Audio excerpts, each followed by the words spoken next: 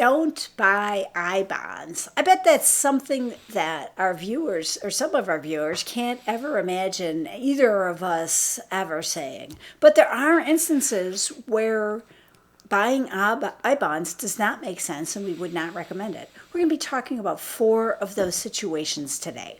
Hi, I'm Bridget Sullivan Mermel, and I've got a fee-only financial planning practice in Chicago, Illinois. And I'm John Shear. I have a fee-only financial planning practice in Middleton, Wisconsin. And before we start talking about this topic today, I want to remind everybody to hit that subscribe button. When you subscribe to our channel, it helps other people find our content on YouTube and helps us in the algorithm. So hit that subscribe button, and then I want to find out why on earth you're talking about not buying I-bonds, right? Well, I-bonds are getting a lot of attention, and that's deservedly so. But they can seem like a bright, shiny object. And some of us, I think all of us probably, are always intrigued by the latest and greatest. And I-bonds, I think, fits into that category. And I was going to say, one of the things that, they're paying a really high interest rate these days. And we've been talking, if you haven't seen some of the past episodes, take a look back. There's a number of episodes about why we love I-bonds. There's a lot of great things in getting that high interest, but there are some caveats. What's the first one that you want to talk about, Bridget? The first thing is if you might need the money in a year. Within a year. So, because I-bonds are tied up, you don't want to go into them thinking I'm going to get this money out in a year, or within a year. Yeah. So that's, I think, the first reason. If you might need to get the money out, CDs are, I would say, generally a better deal because you can break a CD. Right. It's not free, but it's not prohibitively expensive to say, hey, I want my money from the CD. And that's a great point, is that people think that, a lot of folks anyway, I bought a 1-year CD, I can't touch that money for 1 year. Right. That's not the case. Right. You can get most CDs, you can take it out at any time, and what you lose is the last 3 months of interest. So you don't lose any, and they call it a penalty, which I guess it is, but it's not like, oh, I lose some of my money. Right. There's a surrender charge. Yep, it is, but all you lose is some interest. And I want to be really clear when we talk about these I-bonds where you can't take it out within the first year. I mean, that what we mean by this, literally there is no mechanism. Like, you cannot get it out. It's not, oh, you have to pay a penalty or they don't like it, or like, no, your money is locked up for a year. So anything you think you might need within a year as part of your emergency fund and things, you go, we can't have that, whereas a CD makes a lot of sense.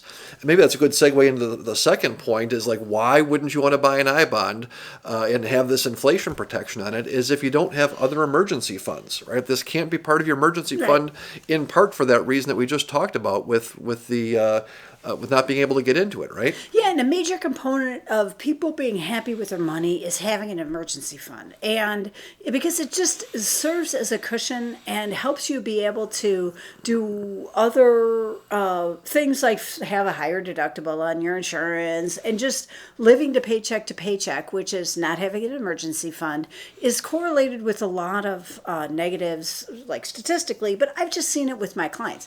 Who yells at me ever in my life? It's the people without emergency funds, because an emergency comes up. Yeah. They owe some taxes, or they owe more taxes than they think. Yeah. So it's just not just our ideas, but like research shows, like emergency funds help you out a lot.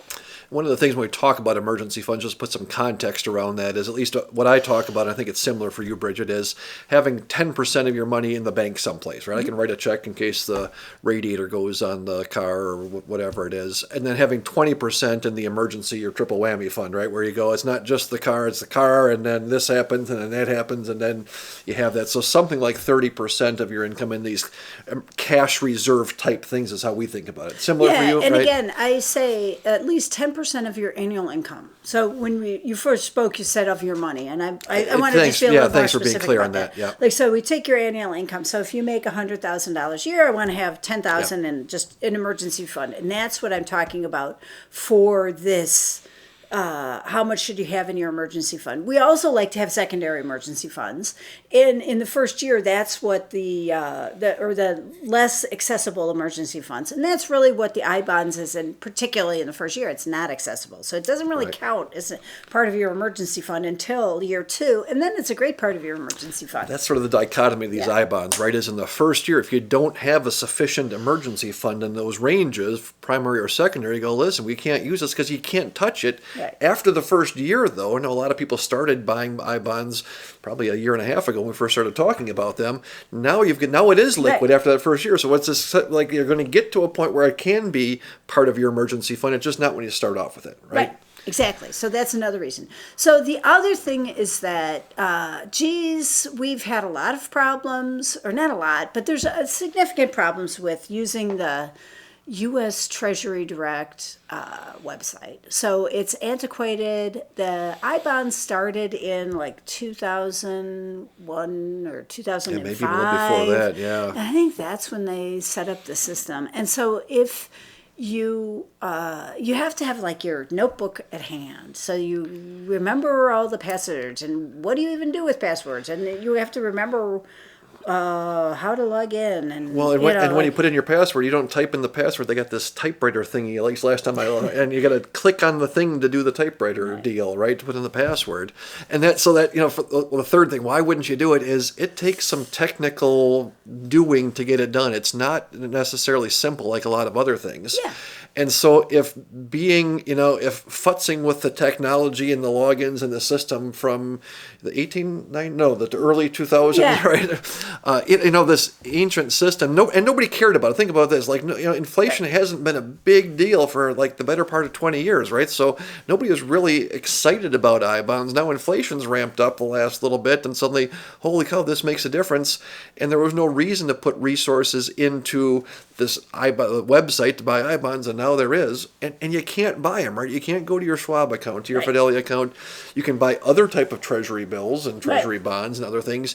You can't buy these I-bonds through your brokerage. You've got to go to Treasury Direct, and the system can be just kind of clunky with it, right? Right. So that could be a reason, yeah. And they can tell you, oh, we can't handle your bank. You have to go get this certified thing. And so we've had viewers that have told us that. But then on the other hand, we've also had viewers say, I got it done in 10 minutes. What are you even talking about? Right. Like, yeah, sure. It's like a small pain, but who cares? And then I had one person say, yeah, they gave me the message that I had to go to my bank and have this thing signed. So I just tried a different account. Is that right? And that Yeah. worked. Yeah. So anyway, it's not as easy as many other things, honestly, but it's not prohibitively difficult either. I don't want, but It's not like you need to know computer programming to do it, but it also could be a little more complicated, right? Yeah. absolutely. And there's another element of this Treasury Direct is that it adds a layer of complexity to your life that you may or may not want. So there's some times in your life where you want to keep things as simple and streamlined as possible, and you don't want to keep track of anything else. And so opening another account in general is a drag. Yeah, and I know right. that's one of the things when people are coming to us as clients that we try to help them like consolidate their 401ks and like just consolidate things Right, and keep simplify, yeah. So this is a different kind of so we're telling people, oh, this is a little more complicated. Yeah. If you hate complexity, you'd have no time to get, to do anything. And there's times in a lot of people's lives that are like that.